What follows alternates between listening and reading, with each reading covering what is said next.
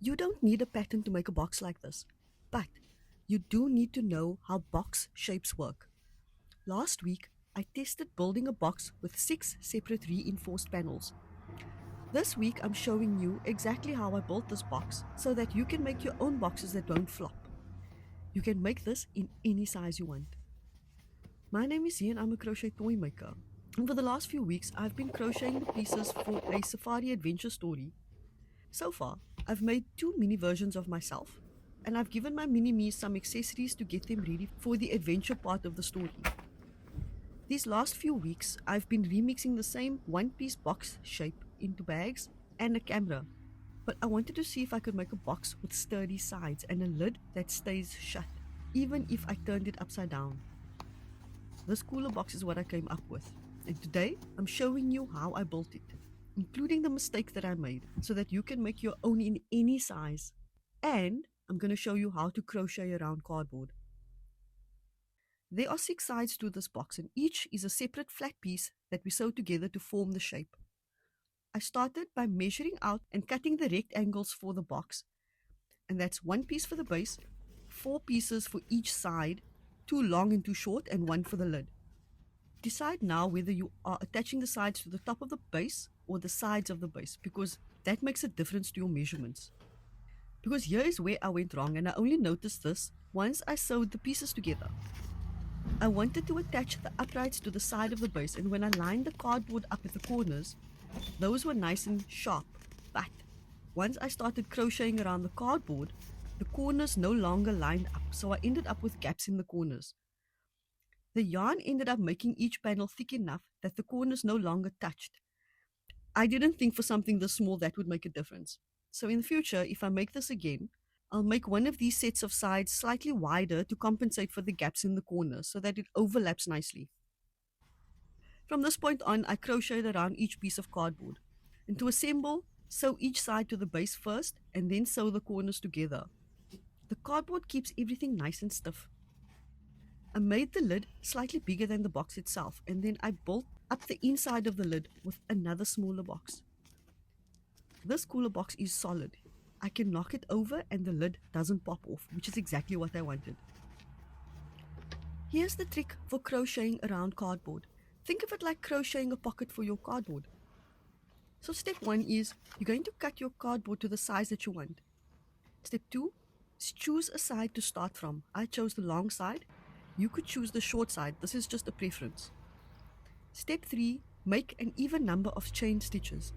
Your chain should be 1 or 2 stitches wider than the cardboard. Try not to stretch the chain out when you measure your piece.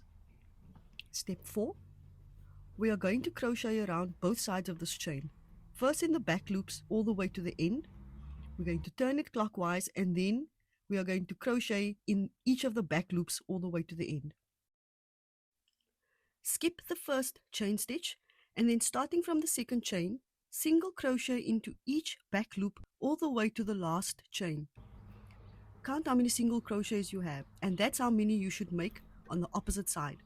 I started with 24 chains and made 23 single crochets, and that means I had 23 stitches on the one side of the chain, and I made 23 stitches on the other side of the chain. In order for the numbers to work, make 1 extra stitch in the last chain before you turn your piece. I had 46 stitches at the end of this round. From this point on, you are going to keep working in the round until the cardboard is covered. You don't increase or decrease, you just keep going around and around. It helps to count your stitches every few rounds to make sure you haven't added or removed any stitches.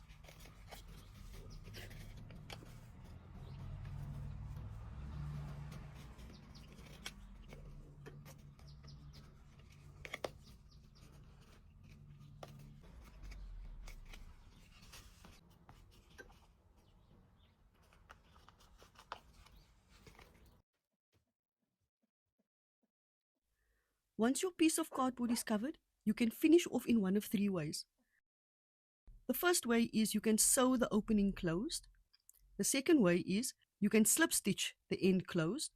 This makes a nice flat edge.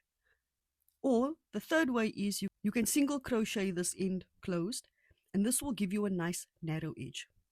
That's it. The cardboard is now hidden inside the crochet, And you can do this for any flat piece: bases, lids, even side panels. The lid has two parts, an outer layer and an inner lip.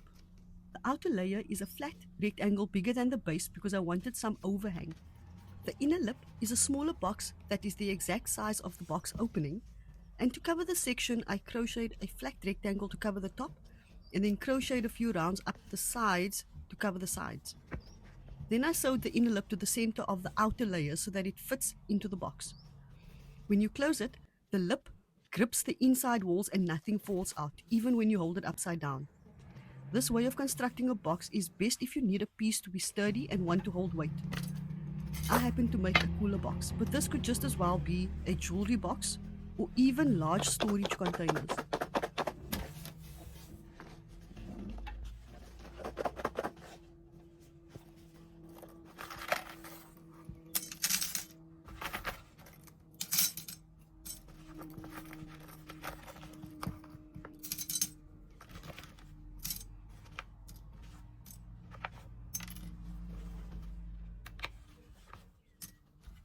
While I was at it, I started making some tiny food for the cooler box. A sandwich with some mystery fillings, chicken, a croissant, pretzels.